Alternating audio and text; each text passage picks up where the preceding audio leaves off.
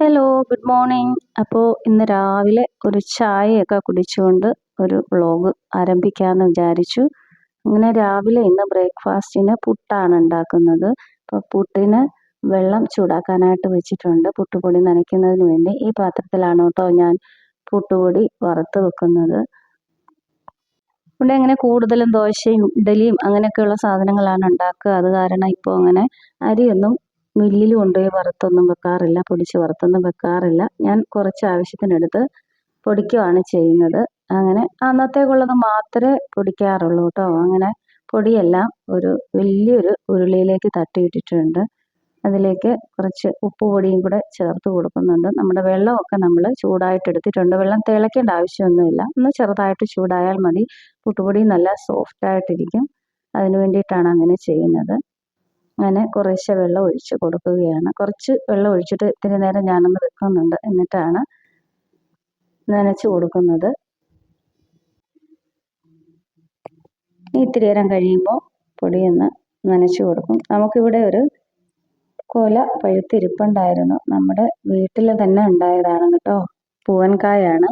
അപ്പം മുഴുവനും ഒറ്റയടിക്ക് പഴുത്ത് കിട്ടിയിട്ടുണ്ട്. അതുകൊണ്ടാണ് ഇന്ന് പുട്ടുണ്ടാക്കാമെന്ന് വിചാരിച്ചത്.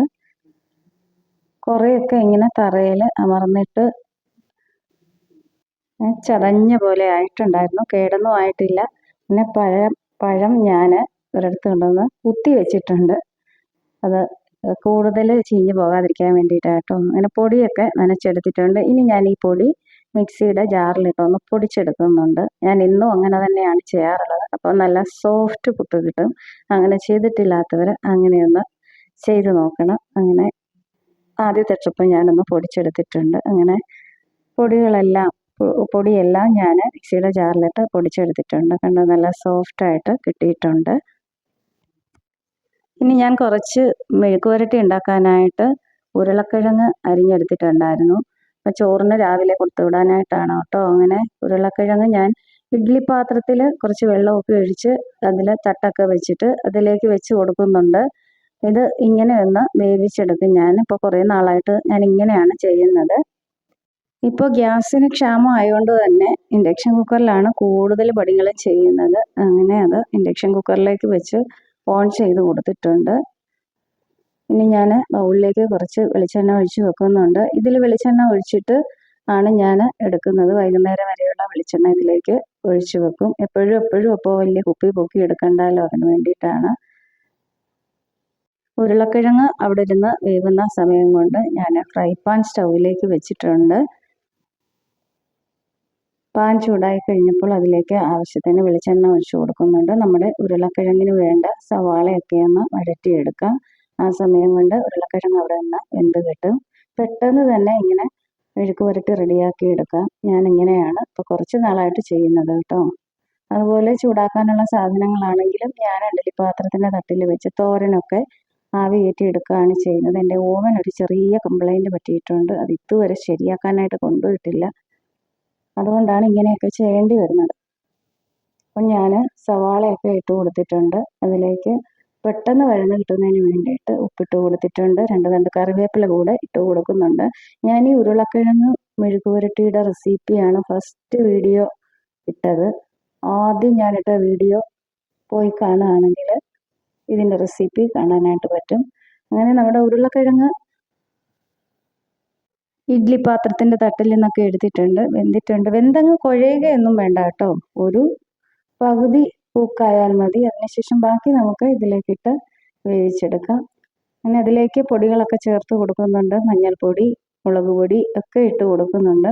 അതൊക്കെ ഒന്ന് മൂത്തതിന് ശേഷം ഒന്ന് ചൂടായി കഴിയുമ്പോൾ അതിലേക്ക് ഈ വേവിച്ച് വെച്ചിരിക്കുന്ന ഉരുളക്കിഴങ്ങ് കൂടി ചേർത്ത് കൊടുക്കും. ഇനി നമ്മൾ ഉരുളക്കിഴങ്ങ് അതിലേക്ക് ഇട്ട് കൊടുക്കും.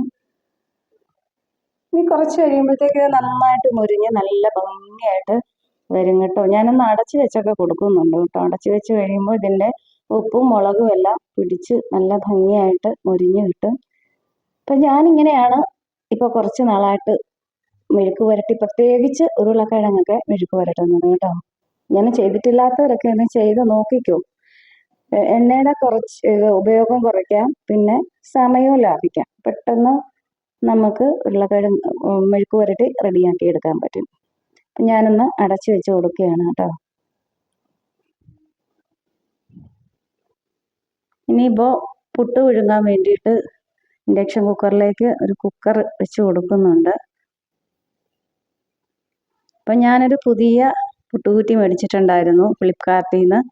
അപ്പോൾ അത് നേരത്തെ കുറച്ച് ദിവസമൊക്കെ ഉപയോഗിച്ചതാണ്. നല്ലതാണ് കേട്ടോ, നല്ല സൂപ്പർ സാധനമാണ്. അങ്ങനെ അതൊന്ന് ചൂടാകാൻ വേണ്ടിയിട്ട് നനച്ചിട്ട് വെച്ച് കൊടുക്കുന്നുണ്ട്. പുട്ടുകുറ്റിക്ക് ആവി വന്നിട്ടുണ്ട്. ഇതിലേക്ക് ഇനി പുട്ടുപൊടി വാരി വെച്ച് കൊടുക്കാനായിട്ട് പോവുകയാണ്.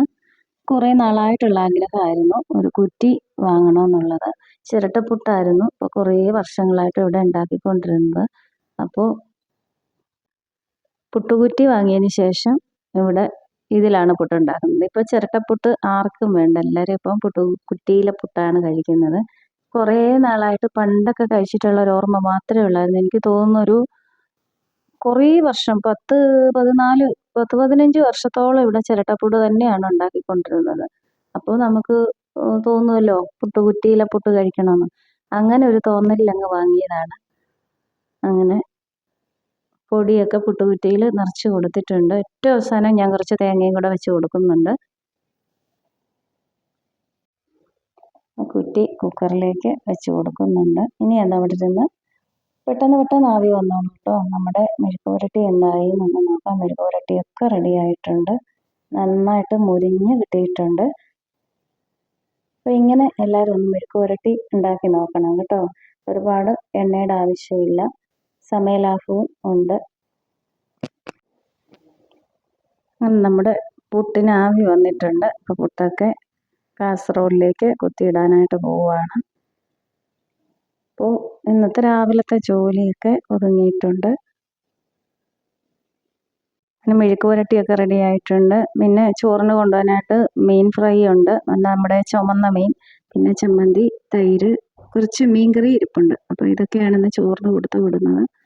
അങ്ങനെ നമ്മുടെ ഇന്നത്തെ വീഡിയോ എല്ലാവരും കയറി കാണണം. അടുത്ത വീഡിയോയുമായി വരാം. താങ്ക്